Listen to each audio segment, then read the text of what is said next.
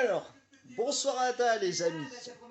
Donc aujourd'hui, nous allons faire une grande vidéo pour vous dire mon avis sur mon écosystème complet. C'est-à-dire mon Realme X2 Pro que j'ai eu depuis mars 2020, c'est-à-dire il y a environ un an et demi. Puis ensuite mon Jabra Elite 85H que j'ai eu depuis, je crois, un an et quelques mois. Et ensuite pour finir, ma montre Honor Magic Watch 2 que j'ai eu depuis, je crois, environ 8 à 9 mois. Donc je vais vous dire mon avis sur mon écosystème complet, c'est-à-dire ce que j'adore.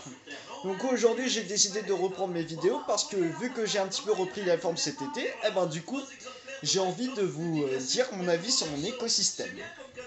Donc je suis désolé, je vais pas pouvoir vous représenter le téléphone parce que justement c'est avec lui que je filme, parce que justement il permet de filmer jusqu'en 4K 60 fps pour que je puisse vous dire et qui ait une meilleure qualité et que vous puissiez mieux m'entendre.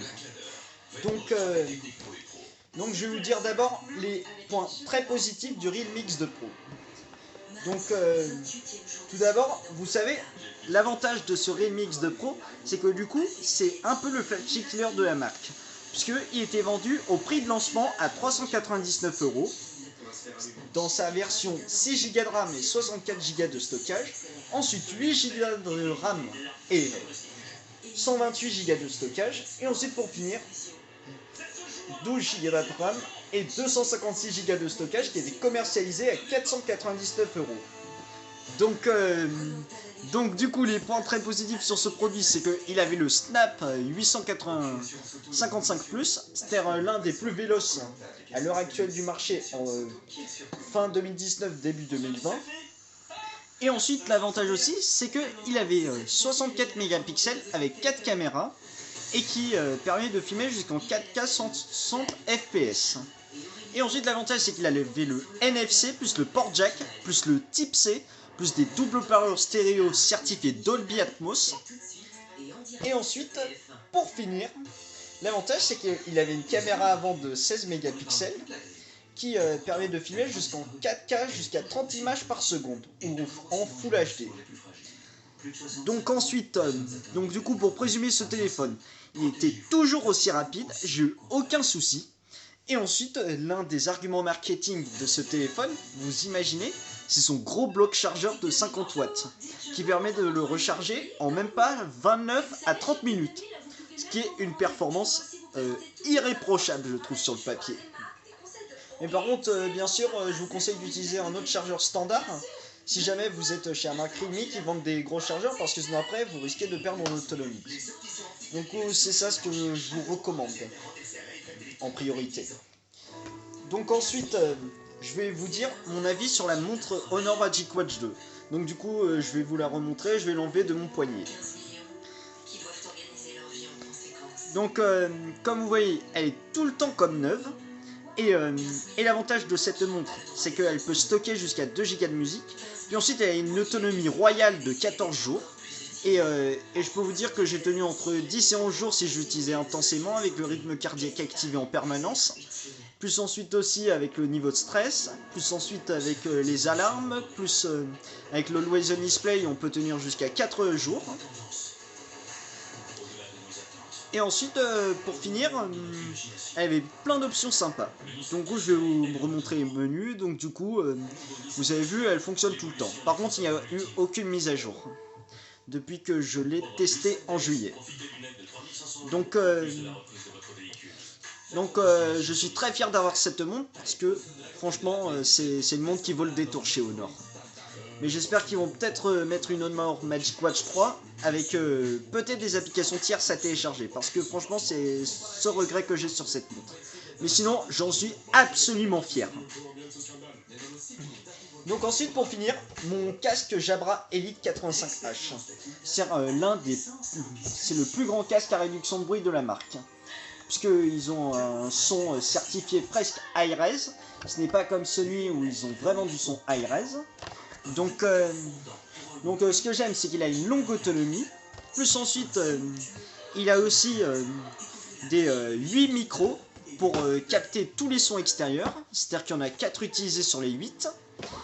Et ensuite, pour finir, l'avantage, c'est qu'il y en a 6 micros pour la qualité des appels, pour la réduction de bruit. Donc du coup, c'est ça aussi ce que j'aime sur ce produit. Et je vais vous remontrer le fameux casque Jabra Elite 85H. Donc du coup, attendez quelques minutes, j'arrive.